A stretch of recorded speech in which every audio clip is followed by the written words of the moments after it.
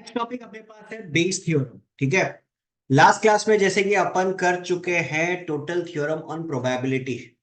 जिसने total theorem on probability अभी तक नहीं किया है वो पहले टोटल थ्योरम ऑन प्रोबेबिलिटी कर लो, then come to the Bayes theorem. ठीक है ना। तो बेस थ्योरम में क्या क्या चीज अपने को देखना है ये समझते हैं। उससे पहले थोड़ा सा टोटल थ्योरम ऑफ प्रोबेबिलिटी को रिकैप करते हैं कि अगर अपने पास E1 E2 E3 बहुत सारा इवेंट्स अगर अपने पास हो, ठीक है, और सारे इवेंट्स क्या एक दूसरे पे म्यूचुअली एक्सक्लूसिव और उसके साथ साथ एग्जॉस्टिव होते हैं, और उसी के केस के अंदर अपने को एक और इवेंट दिया जाए जो सारे इवेंट के साथ म्यूचुअली एक्सक्लूसिव, सॉरी, सारे इवेंट के साथ इंटरसेक्ट करे, तो उस इवेंट का प्रोबेबिलिटी अपने को निकालना पड़ता है। जैसे कि E1 E2 E3 E4 up to En all the events are mutually exclusive as well as exhaustive. उसी के अंदर एक और इवेंट ए है।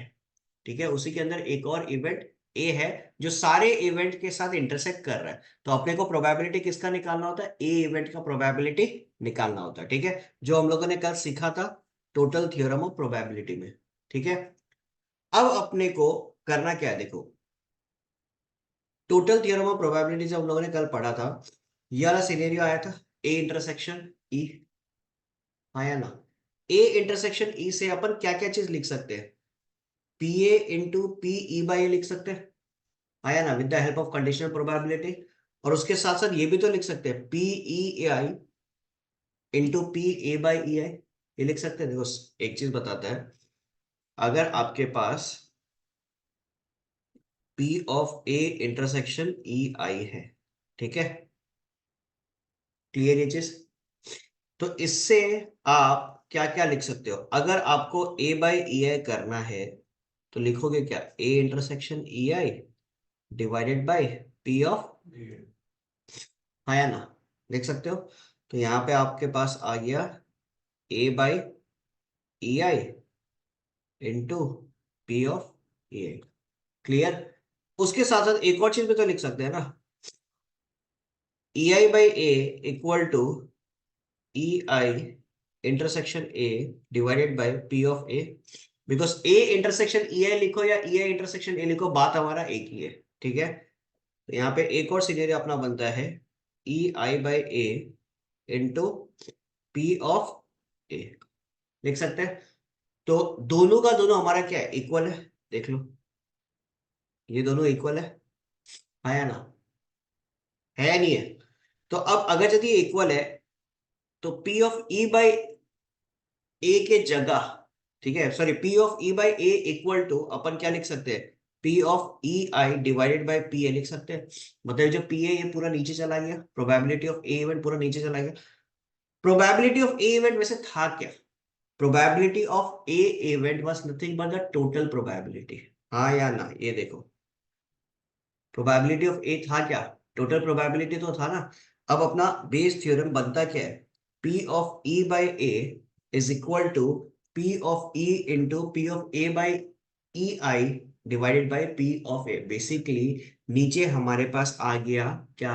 टोटल प्रोबेबिलिटी, और ऊपर उसका कंडीशन आ गया। क्लियर ये चीज? कल तक हम लोग ये पढ़ रहे थे कि भैया ए इवेंट का अपने को प्रोबेबिलिटी निकालना है, ए इवेंट का अपने को क्या निकालना? प्रोबेबिलिटी निकालना। बट आज इसके साथ साथ एक और चीज आ गया कि ए इवेंट हो चुका है अगर, तो आप एक इवेंट और रहे जो हमारे पास, समझ लो E1 हो जाए या E2 हो जाए, E3 कुछ भी ले लो, E1 इवेंट का प्रोबेबिलिटी निकालो जहां पे ए इवेंट आपका ऑलरेडी अकर हो चुका है। तो उसको आप कैसे लिखोगे? P of E1 divided by A, ऐसे लिखोगे ना। तो बस वही चीज बेस थ्योरम। आया बात समझ में? सिंपल है, फिर से बता रहा है, टोटल थ्योरम ऑफ प्रोबेबिलिटी में जितना सिनेरियो अपन पढ़ा as it is same to same है। खाली एक चीज एड अप हुआ है कि टोटल थ्योरम ऑफ प्रोबेबिलिटी में अपने पास क्या रहता था? पर्टिकुलरली एक जो कॉमन इवेंट था उसकी प्रोबेबिलिटी हम लोग निकालते थे। अब यहाँ पे क्या होगा कि वो अपना गिवन कंडीशन पे आ जाएगा। ठीक है, अब उसके साथ साथ अपने को जो और इवेंट्स है उसका प्रोबेबिलिटी निकालना है। खत्म। एक क्वेश्चन करते हैं, क्वेश्चन से 100% पूरी तरीके से क्लियर हो जाएगा। ठीक है, जैसे कि एक्सरसाइज हमारे पास है 12.8, उसका पहला क्वेश्चन अपन स्टार्ट करते हैं।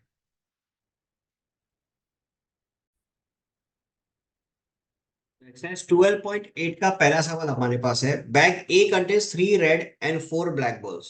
ठीक है, bag 2 contains 5 red and 6 black balls. One ball is drawn at random from one of the bag and it is found to be red. ठीक है, find the probability it was drawn from bag 2।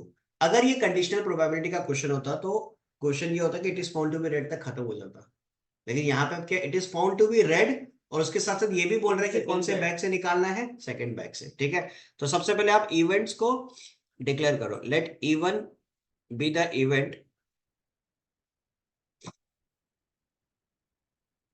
Selecting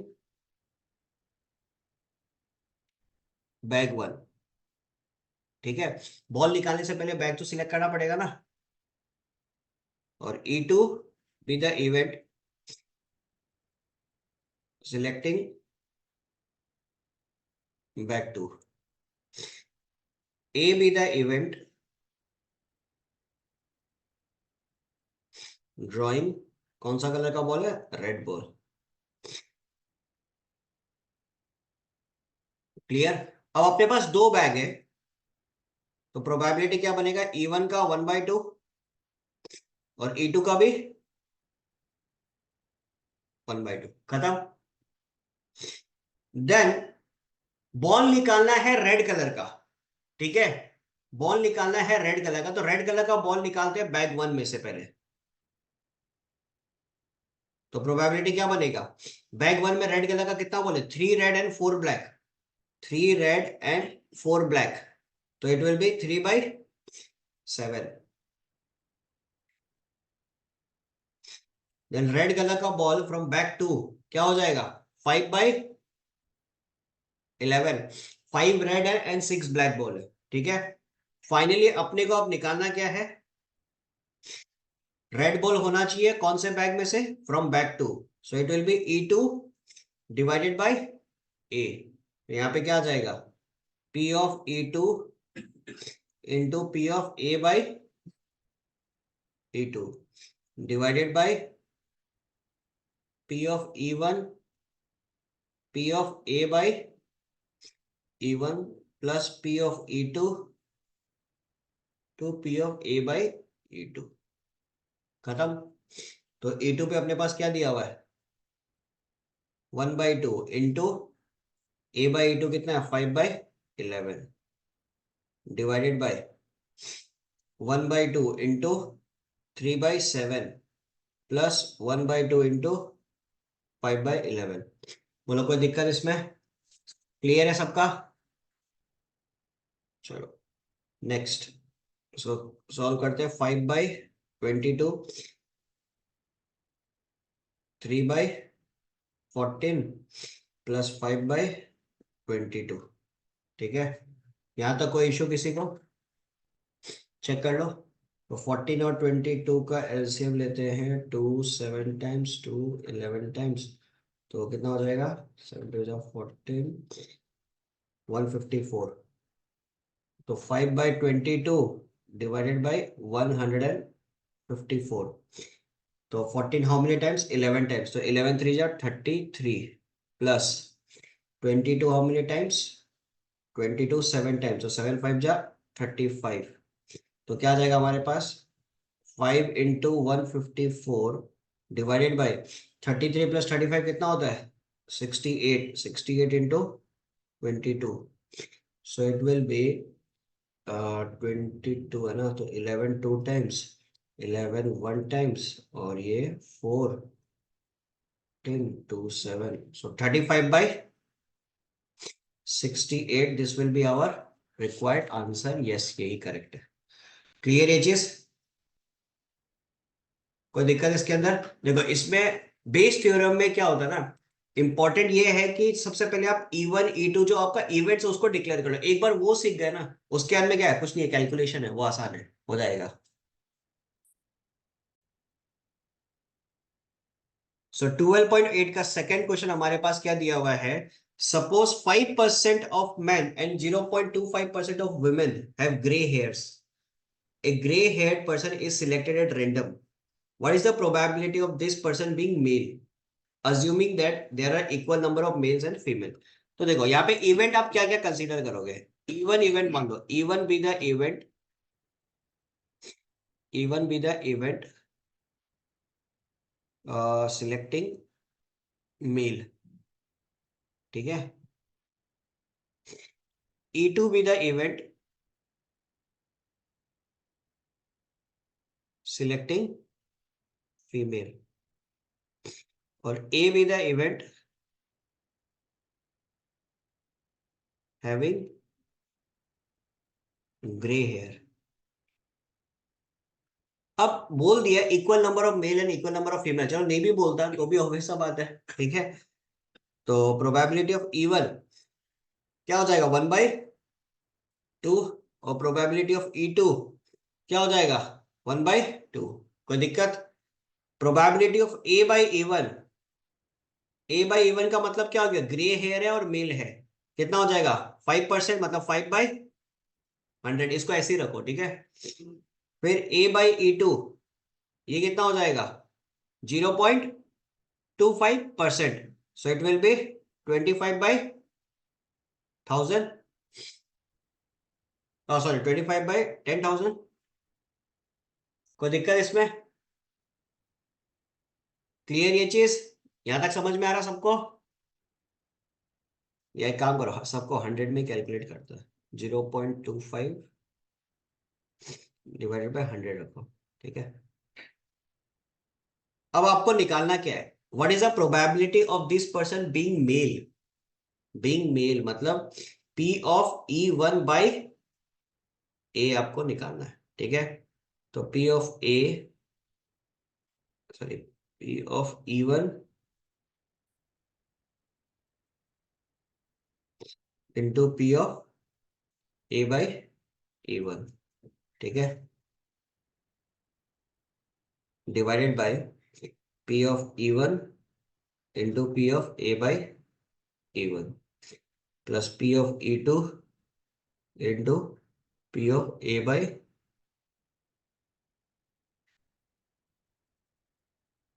1/2 into A/E1 कितना है, 5/100। Next 1/2 into 5/100 plus 1/2 into 0.25/100। कोई दिक्कत इसमें। तो 5/200 और नीचे क्या होगा, 200 एलसीएम, 5 प्लस 0.25, तो ये खत्म।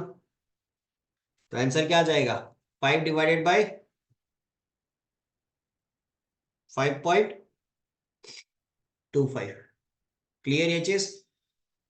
तो इसको अगर कैलकुलेट करते हो, सो it will B basically 500 divided by 525, 25 से कैलकुलेट 20 डिवाइडेड बाय 21, ये आपके पास फाइनली आंसर आएगा। चेक कर लेते हैं एक बार।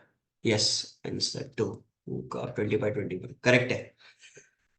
कोई दिक्कत इसमें, क्वेश्चन नंबर 2 में क्लियर है सबका।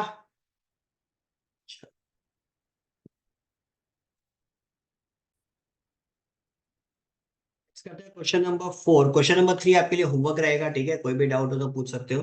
क्वेश्चन नंबर 4 देखो, a factory has two machines A and B, past records show that machine A produces 60% of the items of output and machine B produce 40% of the items, ठीक है।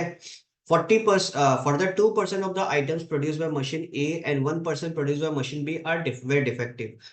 All items are put into a stockpile and then one item is chosen at random from this and found to be defective.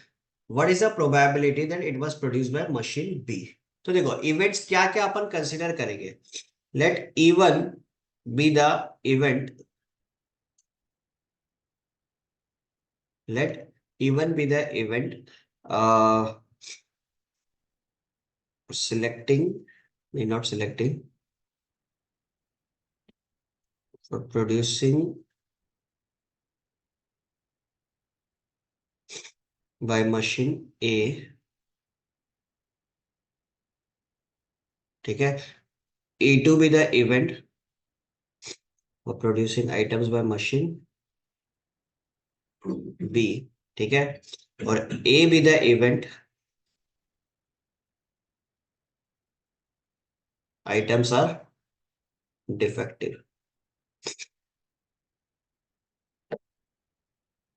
तो production अगर ए machine से हो रहा है, मतलब even event का प्रोबेबिलिटी निकाले, कितना दिया हुआ है, A produces 60% of the items, so it will be 60 divided by 100। E two का क्या हो जाएगा, producer 40% of the items, so 40 divided by 100।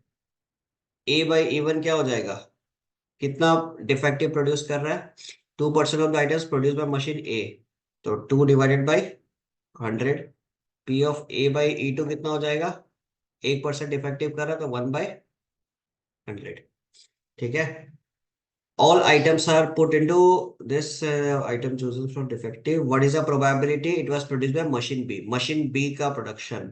ठीक है। तो क्या हो जाएगा, E2 डिवाइडेड बाय A अपने को निकालना है। ठीक है। डिफेक्टिव होना चाहिए, और कौन सा मशीन से, बी मशीन से। ठीक है। तो क्या हो जाएगा, P ऑफ E2 और P of A by E2 divided by P of E1, P of A by P1 plus P of E2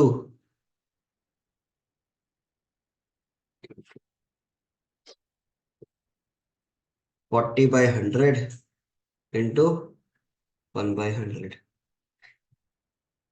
divided by 60/100 into 2/100 plus 40/100 into 1/100। तो क्या आ जाएगा हमारे पास, 40 डिवाइडेड बाय 1000, फिर 60 इंटू 2, 120 डिवाइडेड बाय 2 3 4 प्लस 40, तो क्या हो जाएगा, 40 divided by 1 2 3 4 divided by 160 divided by, तो ये खत्म। तो हमारे पास आ गया 40 divided by 160 which is equal to 1/4।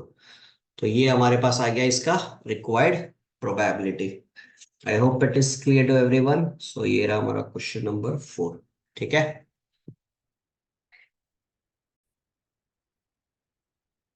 Question number 5 देखो। In a class having 60% boys, 5% of the boys and 10% of the girls have an IQ of more than 150. A student is selected random and found to have an IQ of more than 150. Find the probability that selected student is a boy. तो मान लो even be the event selected student is boy। ठीक है। और E2 be the event selected student is girl। ठीक है। A be the event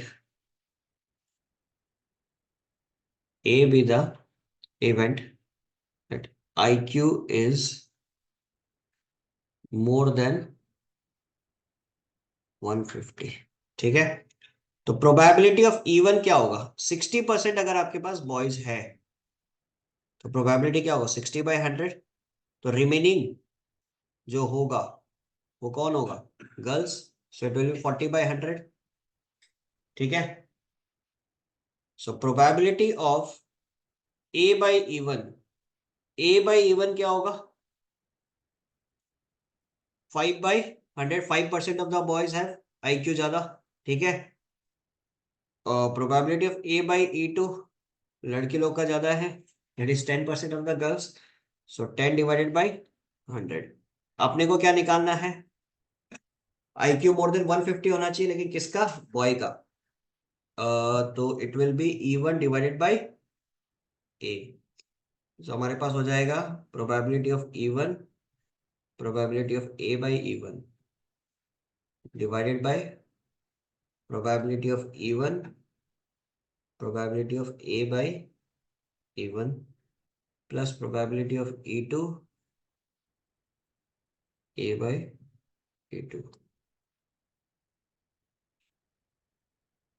60/100 into 5/100 divided by 60/100 into 5/100 plus 40/100 into 10/100. Clear edges? So it will be 5 6 are 30. तो 300/100 और यहाँ पे कितना हो जाएगा, इसको ऐड कर देते हैं सीधा. 5 6 are 30, 300 प्लस 400 700. तो ये खत्म. तो 300/700 is nothing but 3/7 which will be the required probability. So number 5 का आंसर 3/7 yes करेक्ट है. कोई दिक्कत इसमें किसी को? क्लियर है सबका? नंबर 6 पे अपने को क्या दिया हुआ है? A man is known to speak the truth 3 times out of 5 times. 5 में से 3 बार वो सच बोलता है, ठीक है. He throws a die and reports that it is a number greater than 4. फिर वो डाई रोल करता है और बोलता है कि नंबर जो है वो 4 से बड़ा है. Find the probability that it is actually a number greater than 4. तो मान लो even be the event man speaks truth, ठीक है. E2 be the event man does not speaks truth, ठीक है. और A be the event number is greater than 4, ठीक है. Okay. तो प्रोबेबिलिटी ऑफ E1 आपके लिए क्या आ जाएगा? सच बोलता है कितने बार में से? 5 में से 3 बार, तो 3/5. तो प्रोबेबिलिटी ऑफ E2 क्या हो जाएगा? 1 माइनस 3/5 कर लो. So it will be 2/5. Probability of A/E1 क्या हो जाएगा आपके लिए? Greater than 4. अगर आप डाई को रोल करते हो तो ग्रेटर देन 4 का केस क्या हो सकता है? 5 एंड 6, ठीक है. सो it will B 2 divided by 6 which is 1/3. तो प्रोबेबिलिटी ऑफ A/E2 क्या हो जाएगा कि भाई ग्रेटर देन 4 नहीं आ रहा. तो ग्रेटर देन 4 नहीं आ रहा, इसका मतलब क्या हो गया? 4/6 विच इज नथिंग बट 2/3. और आपको क्या निकालना है? What is the probability that it actually number greater than 4. तो मतलब वो सच बोल रहा है. तो E1 divided by A, probability of E1 into probability of A/E1 divided by probability of E1 into probability of A/E1 plus probability of E2 to probability of A/E2.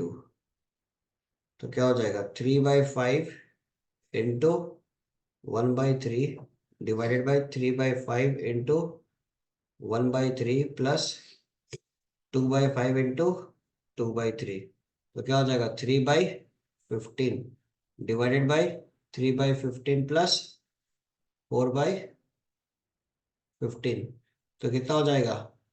3/15 divided by 4 plus 3 7/15. 15 खत्म. So answer आ जाएगा आपके पास 3/7. Clear एजेस? Question number 6 में कोई issue किसी को? सही है, चेक कर लो एक बार.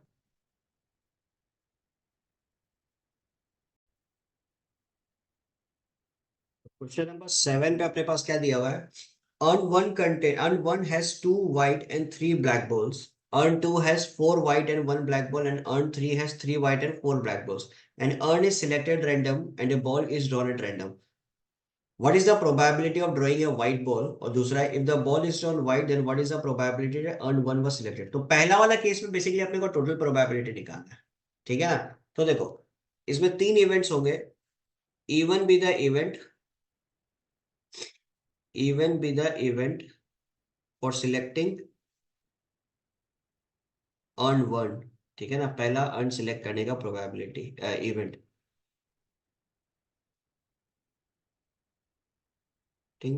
Earn 1. E2 be the event for selecting earn 2 और E3 be the event for selecting earn 3 और A be the event drawing a कौन सा ball, drawing a white ball. ठीक है, तो सबका प्रोबेबिलिटी पहले निकालो। Probability of E1, probability of E2 और प्रोबेबिलिटी ऑफ E3 तीनों क्या होगा, सेम ही होगा। It will B 1/3। ठीक है, probability of A by E1 क्या हो जाएगा कि पहला बैग में से, पहला अर्न में से व्हाइट बॉल निकालो। तो पहला अर्न में कितना व्हाइट बॉल है, 2 व्हाइट है और 3 ब्लैक है, सो it will be 2/5। A by E2 ये कितना हो जाएगा, दूसरा अर्न में कितना हमारे पास 4 व्हाइट एंड 1 ब्लैक बॉल, सो 4/5। और A बाई E3 ये कितना हो जाएगा, कितना है हमारे पास 3 व्हाइट एंड 4 ब्लैक बॉल, तो इट विल बी 3/7। ठीक है, तो पहला सवाल हमारे पास है प्रोबेबिलिटी ऑफ ए, मतलब टोटल प्रोबेबिलिटी निकालो। तो कितना हो जाएगा, E1 into A by E1 plus E2 into A by E2 plus E3 into A by E3। कोई दिक्कत यहाँ तक? ठीक है, तो E1 का क्या दिया हुआ है 1/3, ए बाई E1 2/5, फिर 1/3 कितना हो जाएगा 4/5, फिर 1/3 3/7। सब में से 1/3 को कॉमन ले लो, तो 2/5 प्लस 4/5 प्लस 3/7, तो एलसीएम लेंगे तो कितना आ जाएगा 35। 5 how many times, 7 times, 7 two जा 14 प्लस 7 टाइम्स 7 4 जा 28 प्लस 7 5 टाइम्स 5 जा 15, तो कितना हो जाएगा ये 1/3। 28 प्लस 14 होता है 42 47 57 57/35। कोई दिक्कत इसमें, क्लियर ये चीज, इसको काट सकते हैं क्या, यस 19 टाइम्स ना, तो 19/35। ठीक है, तो अब अपने को सेकंड क्वेश्चन में क्या निकालना था, सेकंड क्वेश्चन में अपने को निकालना था अर्न वन वॉज सिलेक्टेड। ठीक है ना, तो प्रोबेबिलिटी ऑफ E1 बाई ए, तो क्या हो जाएगा probability of E1 into probability of A by E1 divided by total probability, हम सीधा सीधा नीचे लिख देते हैं। क्लियर, तो E1 कितना है 1/3 और ए बाई E1 कितना है 2/5 divided by 19/35, so it will B 2 into 35 divided by 15 into 19, तो 5 से 3 टाइम्स 5 से 7 टाइम्स, तो 7 टू जा 14 14/57, ये आंसर दिया हुआ yes. So this will be your required answer. ये क्वेश्चन नंबर था हमारा 7। कोई दिक्कत यहाँ तक, क्लियर है सबका, चेक कर लो एक बार। ठीक है, तो आज हम लोगों ने कंप्लीट कर लिया till question number 7। Next class में रिज्यूम करते हैं फ्रॉम क्वेश्चन नंबर 8। ठीक है, बाय बाय।